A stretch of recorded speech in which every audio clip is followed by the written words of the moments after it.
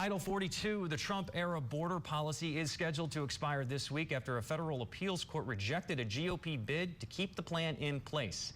Now some lawmakers are urging President Biden to take action, saying the move could lead to an unprecedented surge at the southern border. Title 42 was enacted back in 2020, and it allowed authorities to turn away migrants, including asylum seekers, due to the public health emergency caused by COVID. National correspondent Mara Sirianni is here to explain how the Biden administration plans to act once the program ends, plus the concerns we're hearing from lawmakers on both sides of the aisle. Mara. Yeah, Jay, good morning. Title 42 is, like you said, expected to expire this week. It's expected to expire Wednesday. Now, ahead of that, the Biden administration has actually asked Congress for more than $3 billion to process, shelter, and transport this new surge of migrants. According to data from U.S. Customs and Border Protection, border agents have already encountered nearly 2.4 million migrants at the southern border this year alone. That's up from 1.7 million in 2021. Texas Governor Greg Abbott said resources are running thin in that state. So far, Texas has spent billions of dollars on Operation Lone Star to send law enforcement to the border. Title 42 was put in place back in 2020 to stop the spread of COVID by turning away even asylum seekers. Sunday on ABC, Governor Abbott said letting thousands of people into the U.S. without knowing their health status is potentially disastrous.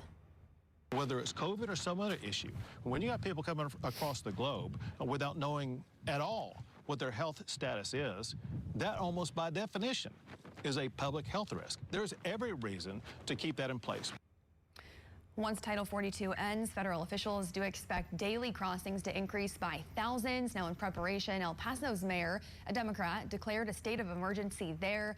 Mayor Oscar Leeser citing the hundreds of migrants sleeping on the streets in cold conditions and the thousands apprehended on the daily. We know that the influx on Wednesday will be incredible. They will be huge. Talking to some of our federal partners, they really believe that on Wednesday our numbers will go from 2,500 to 4, 5, or maybe 6,000. And when I asked them, I said, do you believe that you guys can handle it today? The answer was no. When I got an answer of no, that meant we needed to do something and do something right away.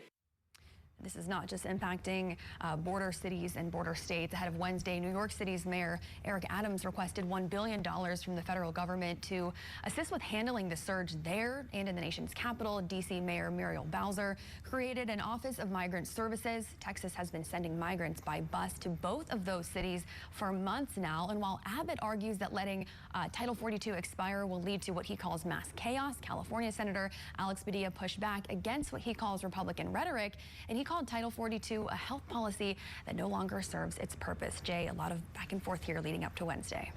National correspondent Mara Sirianni. Thanks, Mara.